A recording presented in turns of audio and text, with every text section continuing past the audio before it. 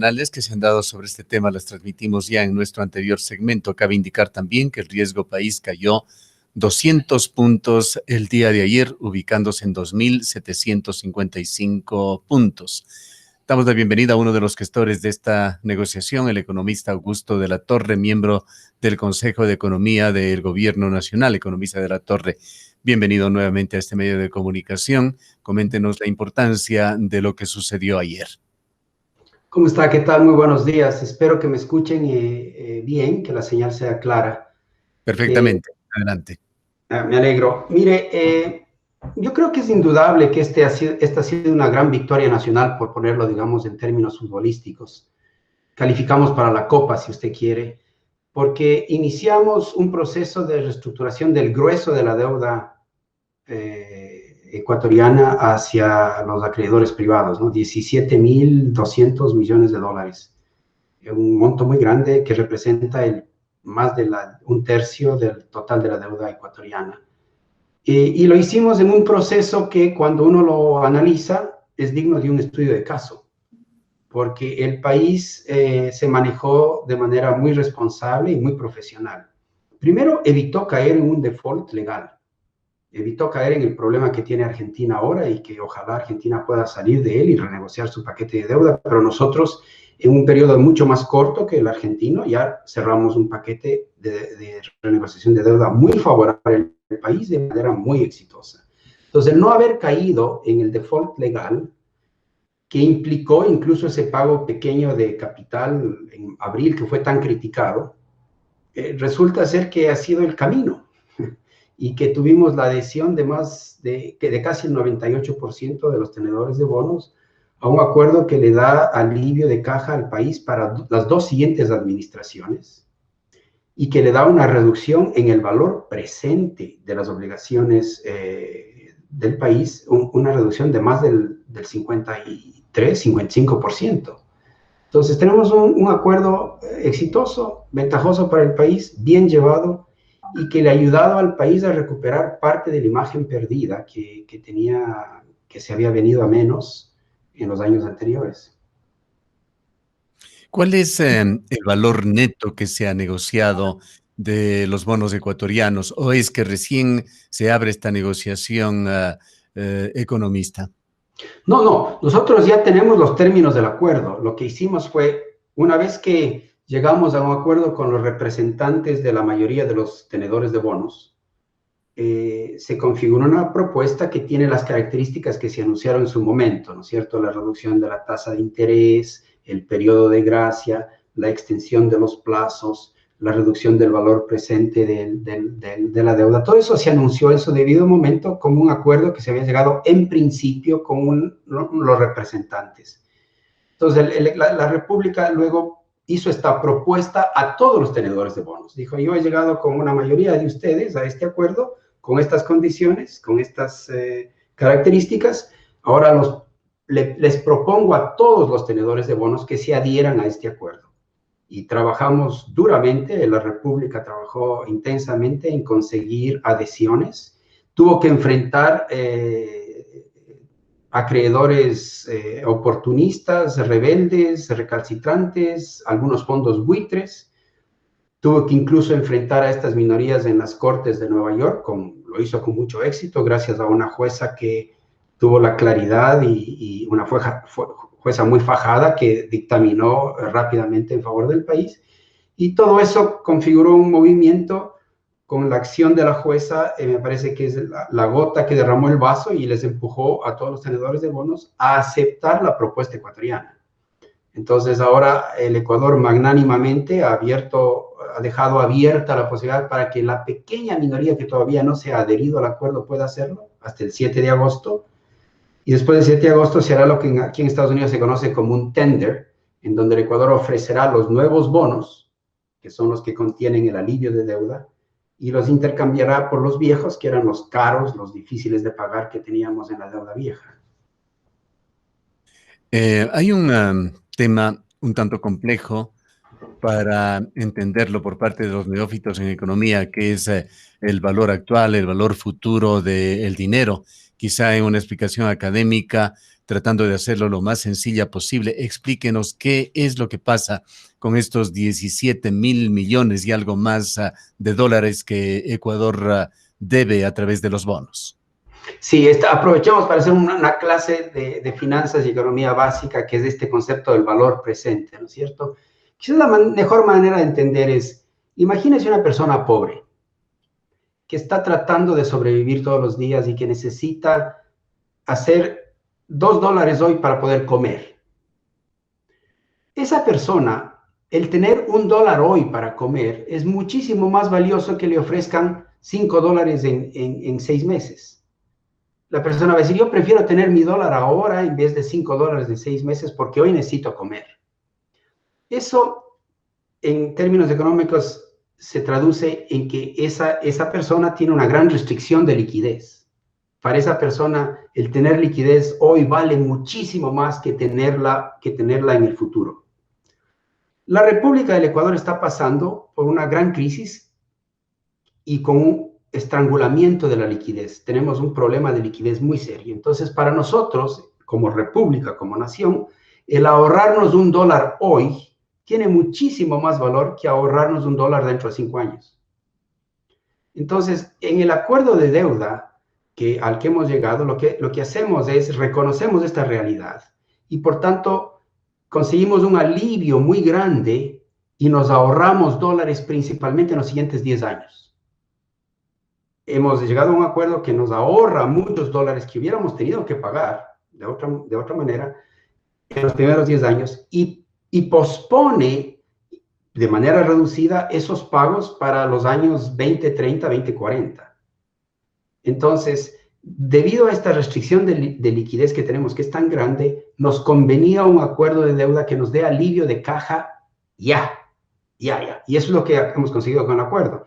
Entonces, cuando uno trae esos dólares del 2030, 2035 al presente, tiene que reconocer que ese ahorro de dólar en el futuro vale menos que lo que vale ahora el presente. Entonces, al traer al valor presente, uno tiene que revalorizar el dólar. $1 en el 2035 vale mucho menos que $1 hoy. Y eso se hace a través de una cosa que se llama la tasa de descuento, que es, digamos, el valor, la relación entre el presente y el futuro, digamos. Y haciendo ese ejercicio, uno trae a valor presente las obligaciones del Ecuador y las compara con las que tenía en la deuda vieja. Y ahí es cuando uno se da cuenta que estamos reduciendo en más de la mitad el peso de la deuda ecuatoriana en valor presente. Y lo hacemos de la manera que necesitamos, dándonos alivio de caja en los pagos para los siguientes 10 años y relanzando los pagos para el periodo 2030, 2040 esencialmente, pero a través de pagos bastante acotados, manejables y reducidos. Esa es la esencia del acuerdo. ¿Cuál será el servicio de deuda que tiene que atender Ecuador? Entendemos que sería a partir del próximo año, del 2021. ¿Y cómo va a afectar este tema tan importante que usted toca, el de la liquidez? Pues el gobierno actualmente debe a los municipios, debe a los gobiernos autónomos descentralizados en general, universidades, empleados públicos, proveedores, debe a todo el mundo. ¿Va a cambiar también esa situación? Va a aliviarse, pero no va a cambiar de manera fundamental, porque nosotros tenemos una brecha de financiamiento, es decir, para pagar todas las obligaciones que tenemos e inclusive asignar algunos recursos para la recuperación de la economía a través del crédito de la CFN, para todas esas tareas que tenemos, todavía tenemos un hueco de financiamiento del orden de los 4.000 millones, incluso después del acuerdo de deuda. Sin el acuerdo de deuda, el hueco hubiera sido de 6.000 y pico millones. Entonces, hemos reducido nuestras necesidades de financiamiento, pero no las hemos eliminado. De manera que el acuerdo de deuda no es que nos da más plata, simplemente nos reduce las necesidades que tenemos. Entonces, necesitamos seguir trabajando intensamente en conseguir recursos de afuera para poder sobrevivir y priorizar los gastos que hay que hacer, particularmente en salud, en el tema humanitario, en el tema de la reactivación económica. Y no tenemos otro remedio que seguir adelante enfrentando la crisis con las reformas que se necesitan. Y esto es difícil porque estamos transitando a un nuevo gobierno. Entonces, yo quisiera aprovechar de esta entrevista para decir que ahora que hemos dado un paso importante en el frente de la deuda externa, vamos a necesitar seguir caminando con responsabilidad en las otras reformas que se necesitan. Y yo creo que debemos hacer una agenda ciudadana enorme para emplazarles y empujarles a todos los candidatos que quieren ser presidente, que nos digan qué van a hacer con las tareas pendientes, que no se nos hagan el quite, que evitemos discursos populistas y nos digan, a ver, tenemos cosas que tenemos que resolver. Tenemos que resolver el problema fiscal para poder pagar los sueldos, para poder pagar todo lo que usted dice. Ahorita no tenemos la plata. Tenemos que resolver el problema de la seguridad social, porque si no la resolvemos no vamos a poder pagar pensiones. Acuérdense que el Ecuador vive de dólares y los dólares no los podemos imprimir. Entonces necesitamos dólares reales que vengan de afuera para poder gastarlos. Entonces tenemos que resolver el problema de pensiones. Tenemos que resolver el problema de los combustibles y el mercado doméstico. Tenemos que hacer una gran reforma laboral. Tenemos que hacer una reforma financiera. Tenemos que todavía achicarle al Estado. Entonces, creo que todos los candidatos tienen que hablar de esos temas y tienen que decirle al país qué van a hacer sobre estos 5 grandes temas económicos. Seguridad social, reforma tributaria y tamaño del Estado, reforma financiera, combustibles, reforma laboral. Y debemos obligarles a que nos digan cuáles son sus programas en esas áreas, porque sin esas reformas no vamos a sobrevivir. Estamos en medio de la gestión de la peor crisis que hemos tenido en nuestra historia, creo yo, al menos de los últimos 100 años. Entonces, en la transición a un nuevo gobierno no podemos darnos el lujo de equivocarnos, porque es muy fácil equivocarse. Y todos los candidatos tienen que decirnos qué van a hacer con el acuerdo con el Fondo Monetario. No implica, sin embargo, una solución total de la deuda externa de Ecuador. Hay, por ejemplo, el tema con la China, la millonaria deuda que Ecuador tiene con la China. Entendemos que no se verá afectado, no tiene relación con el perfilamiento de negociación de los bonos. ¿Qué va a suceder con eso cuando se habla en Ecuador y se denuncia de que está a punto el gobierno de Lenín Moreno de adquirir nuevamente deuda con la China por el orden de 2.500 millones aproximadamente, con Correcto. todas las aberraciones del pasado? Ignoración del petróleo, probablemente altos intereses, confidencialidad sobre lo que se hace, etcétera, etcétera. ¿Ve usted que de alguna manera esta situación que se ha logrado con los bonos pueda significar también nuevos acuerdos, renegociación del pasado financiero con la China? A ver, como usted bien dice, hay distintos tipos de deuda. La que hemos resuelto con el acuerdo de deuda es la deuda de mercado, que tiene forma de bonos con acreedores privados. Esa se conoce como la deuda de mercado. Hay la deuda bilateral, que es la deuda con gobiernos. Ahí está la deuda con China. Y hay la deuda multilateral, que es la deuda con el Banco Mundial, con el BID, con el Fondo Monetario, que también es una clase de deuda distinta. En la deuda bilateral y en particular con la deuda de China, el Ecuador necesita replantear sus relaciones financieras con China. Y ahí hay 2 frentes. Y uno de ellos es más importante que el otro. El un frente es qué hacemos con la deuda vieja, que se contrajo con China durante el tiempo de Correa, donde se hicieron muchos proyectos de elefantes blancos, en donde se hicieron varias operaciones financieras a través de Petroecuador de manera bastante opaca y con contratos que eran confidenciales. Una aberración que la deuda pública no sea pública, digamos, de conocimiento público. Pero bueno, existe eso. Entonces hay el pasado de relacionamiento financiero con China que hay que arreglarlo y hay que transparentarlo. Y hay el futuro. En el futuro creo que debemos ser prácticos.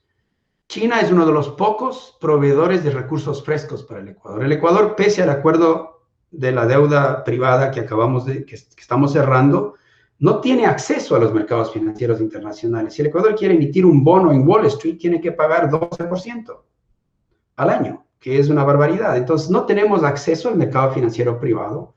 Nuestras únicas fuentes de financiamiento fresco son los multilaterales y los gobiernos. Entonces, China es un potencial proveedor de recursos frescos. Entonces, con China tenemos que manejarnos bien.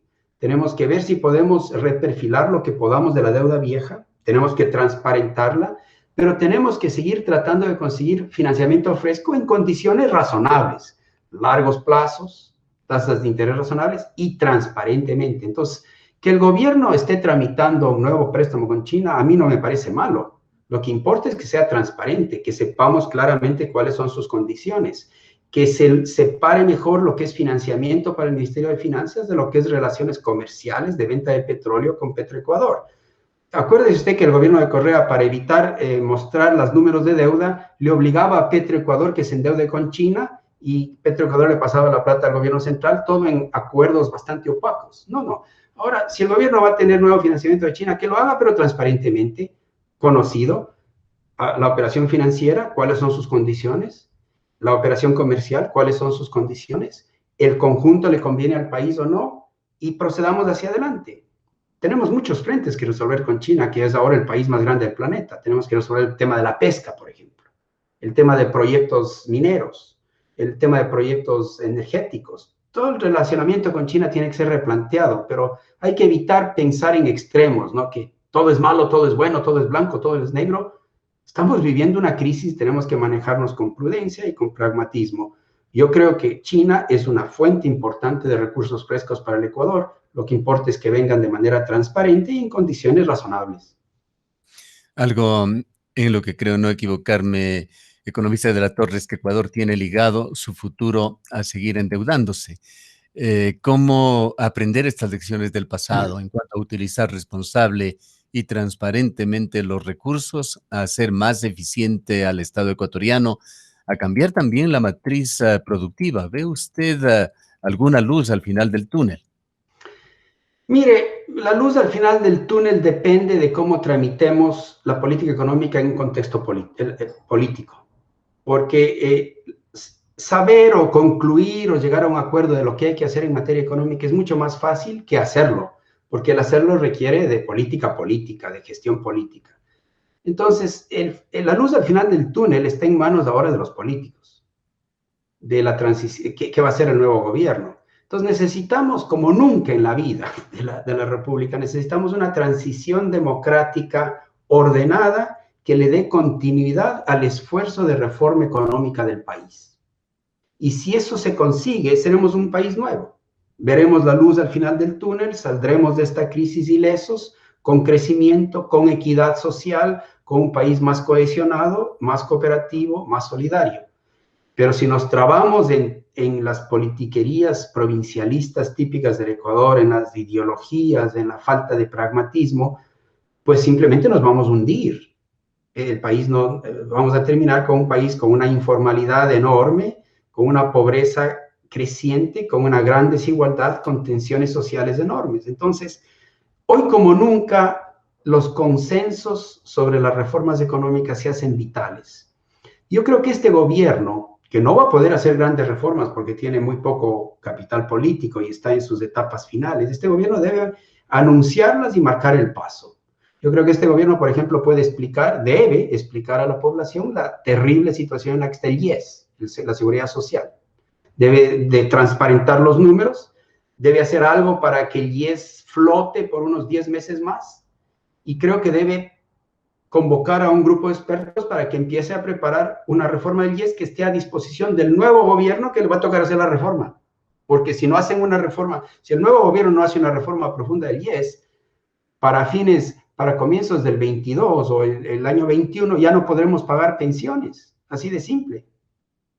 Si no hacemos una reforma tributaria, viviremos con un estado escuálido que a duras penas puede pagar sus deudas, sus atrasos. Entonces vamos a tener que hacer una reforma tributaria, nos guste o no nos guste. Que vamos a tener que arreglar el mercado de combustibles, nos guste o no nos guste. Y que para poder competir, para que nuestra economía reviva, resucite, empiece a trabajar normalmente, vamos a tener que tener una reforma laboral, nos guste o no nos guste. Entonces creo que en esta transición política, como nunca, necesitamos empujarles a los candidatos a que nos digan qué van a hacer en estos grandes temas. Y debemos votar a la luz de los programas que propongan. En este momento no necesitamos populismo, no necesitamos promesas, no necesitamos estos vendedores de ilusiones.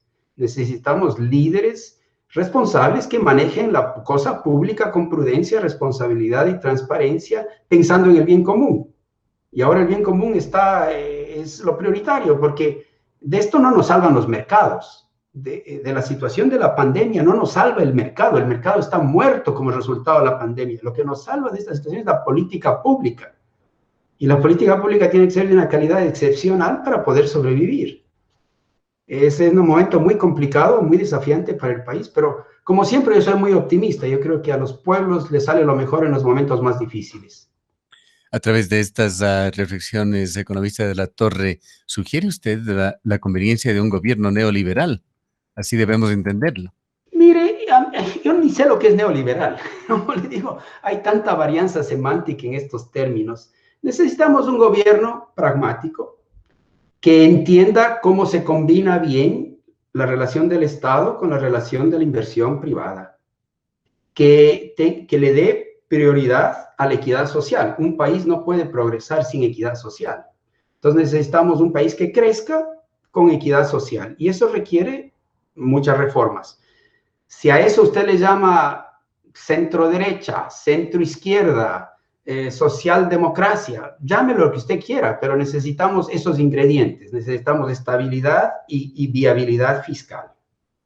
Necesitamos crecimiento económico y del empleo. Necesitamos equidad social. Y necesitamos insertarnos en el mundo de una manera que sea productiva y que nos haga crecer. Eso es lo que el país necesita. No es difícil decir lo que necesitamos. Podemos debatir cómo llegar allá, pero lo que se necesita hacer para llegar allá es simplemente buena política pública. Y puede haber un sesgo, o sea, van a haber candidatos que prefieren sistemas más competitivos, más de sector privado, más de libre mercado. Van a haber posiciones políticas que prefieren un énfasis mayor en la redistribución, en la equidad social. Van a haber posiciones políticas que le dan más énfasis al tema ambiental.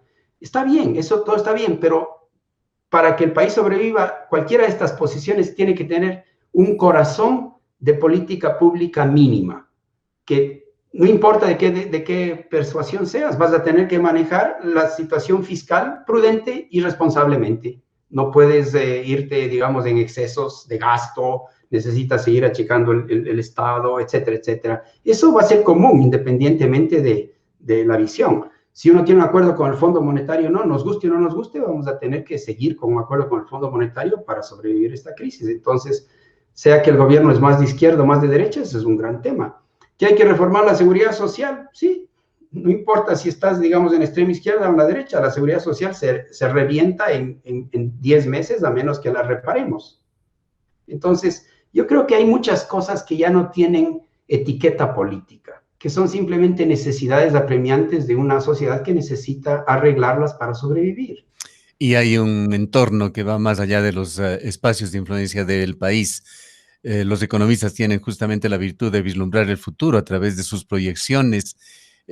¿Cuál es su visión sobre la pandemia? En estos últimos días han habido declaraciones muy preocupantes y vienen de la Organización Mundial de la Salud, unas en el sentido de que los efectos de la pandemia van o irán mucho más allá de una década, y hay una última declaración del día de ayer que incluso dice que es algo que podrá perdurar por nuestro lapso de vida. Supongo que se refieren a los efectos. ¿Cómo se mira esta situación desde el punto de vista de la economía? Mire, el planeta zozobra bajo el peso de la pandemia. La economía global está en caída libre como consecuencia de la pandemia. El comercio global, por ejemplo, de acuerdo con estimaciones del Fondo Monetario, está contrayéndose en el orden del 13% por año. Estados Unidos está contrayéndose a un ritmo del 8% por año. Europa, 10% por año. América Latina, 9,5%. O sea, el mundo está con una implosión de su actividad económica y todavía no se sabe si vamos a poder evitar una gran depresión. Si estas oleadas del ataque del coronavirus siguen recrudeciendo y le obligan al planeta a cerrarse otra vez a un confinamiento nuevo, a la luz roja, si quiere, nuevamente, la economía se va a resentir de una manera violenta. O sea, estamos viviendo en terribles tiempos, terribles tiempos. Y entonces, ¿dónde está? Es el momento de la política pública. La política pública es lo único que los países tienen para poder organizarse y enfrentar la pandemia. Y hay que ya despojarse de los mitos y de las ideas locas. Por ejemplo, la pandemia le ha dejado al fisco ecuatoriano sin recursos. Entonces, cada dólar hay que priorizarlo. Todo el mundo quiere que se le pague como si no hubiera pasado nada. Los maestros quieren que se les pague como no hubiera pasado nada. Los municipios quieren que se les pague como si no hubiera pasado nada. Todo el mundo no quiere reconocer que estamos en una gran crisis. Entonces, para mí, los países es un tema de sobrevivencia. No hay muchas opciones. Cuando uno tiene una crisis con incertidumbre como la que tenemos, es muy fácil equivocarse y es muy difícil acertar. El espacio para acertar es angosto y hay que pegarle bien, porque si uno se equivoca, la equivocación tiene costos enormes. Tome usted, por ejemplo, la equivocación de la Asamblea Nacional, que rechazó algunos puntos importantes en el veto del Ejecutivo para la ley humanitaria. Lo rechazó por cuestiones ideológicas, pero el costo económico lo vamos a sentir en los siguientes 6 meses, 8 meses, cuando veamos cómo las empresas quiebran, cómo el desempleo sube, cómo la informalidad sube, cómo el empleo formal se destruye. O sea, ahí nos equivocamos. La ley humanitaria no salió como hubiéramos esperado porque la Asamblea rechazó propuestas razonables que el Ejecutivo hizo en el veto.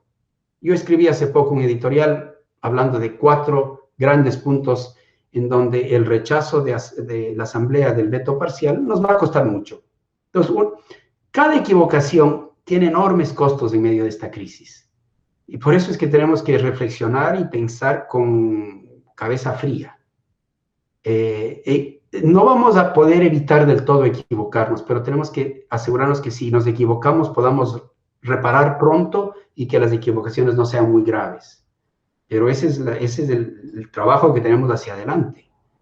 Para finalizar, volvamos al punto inicial de este diálogo, esta renegociación de deuda externa ecuatoriana, de los bonos ecuatorianos, han significado una caída no tan drástica, pero significativa de 200 puntos del riesgo país. Se colocó ayer en 2.755. ¿Va a seguir esta tendencia a caída del riesgo país, a un incremento de la confianza de Ecuador en los mercados internacionales, a mejores condiciones de créditos, a renegociación de deuda? Bueno, va a seguir si nosotros seguimos comportándonos de manera responsable, de manera prudente. O sea, el modo como el país tramitó la renegociación de deuda externa fue muy bien llevado. Hay que reconocer, hay que felicitar al ministro Martínez, al viceministro Ferro, a su equipo. Hicieron un excelente trabajo. El país debe estar agradecido por la gestión que hicieron. Si ese estilo de hacer las cosas se amplía y con la misma seriedad, con la misma transparencia, con la misma profesionalismo gestionamos los otros temas económicos, la seguridad social, el tema fiscal, la reforma laboral, los acuerdos internacionales, la reforma financiera, la reforma de los combustibles. Si todos estos temas los gestionásemos con el mismo estilo de profesionalismo con el que gestionamos la deuda externa, el riesgo país caería y seguiría cayendo.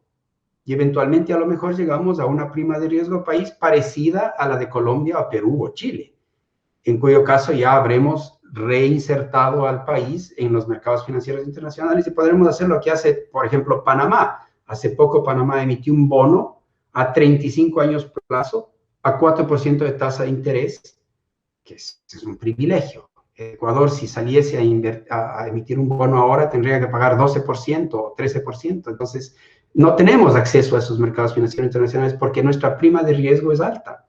Y para un país dolarizado, tener una prima de riesgo baja es fundamental, porque un país dolarizado vive de dólares, la dolarización necesita de dólares. Entonces necesitamos estar insertados en el mundo de una manera creíble y sana como lo está Panamá. Entonces, el que la prima de riesgo país siga cayendo va a depender de cómo vamos enfrentando los otros grandes desafíos de la política pública.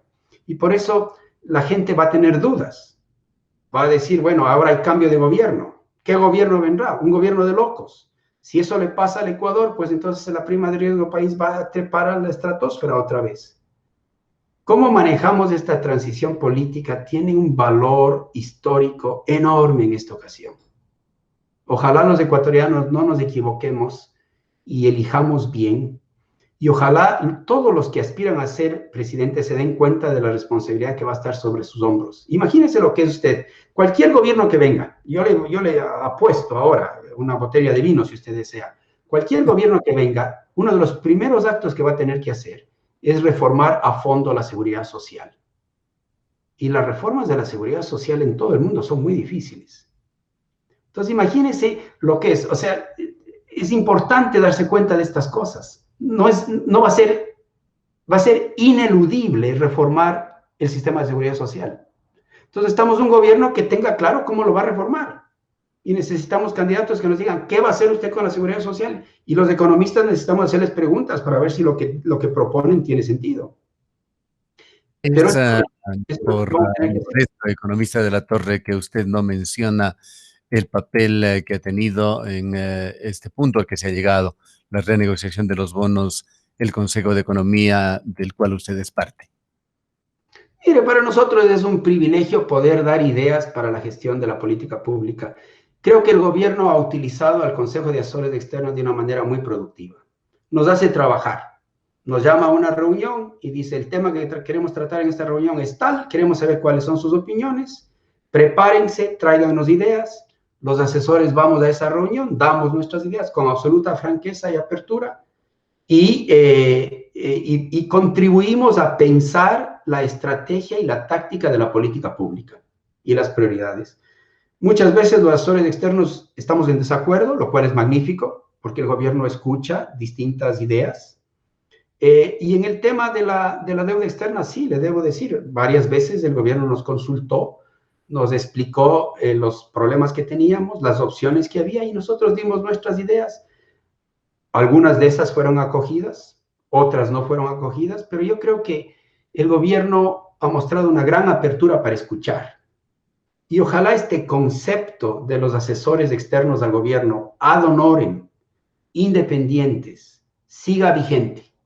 Yo creo que es una cosa muy sana. Y ojalá el nuevo gobierno nombre su propio equipo de asesores, el que quiera.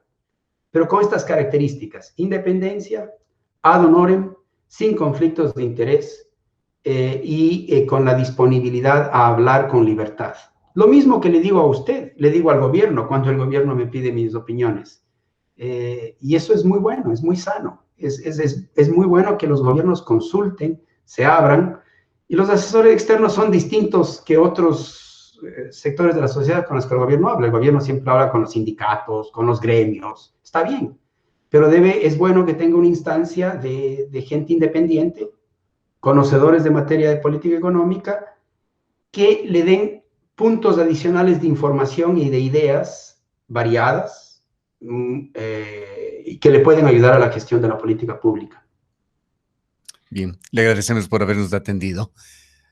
Han escuchado al economista Augusto de la Torre. Él es miembro del Consejo de Economía del Gobierno Nacional, profesor de la Universidad de Columbia, fue jefe del Banco Mundial para Latinoamérica y uno de los gestores de esta negociación que se dio el día de ayer con respecto a los bonos ecuatorianos.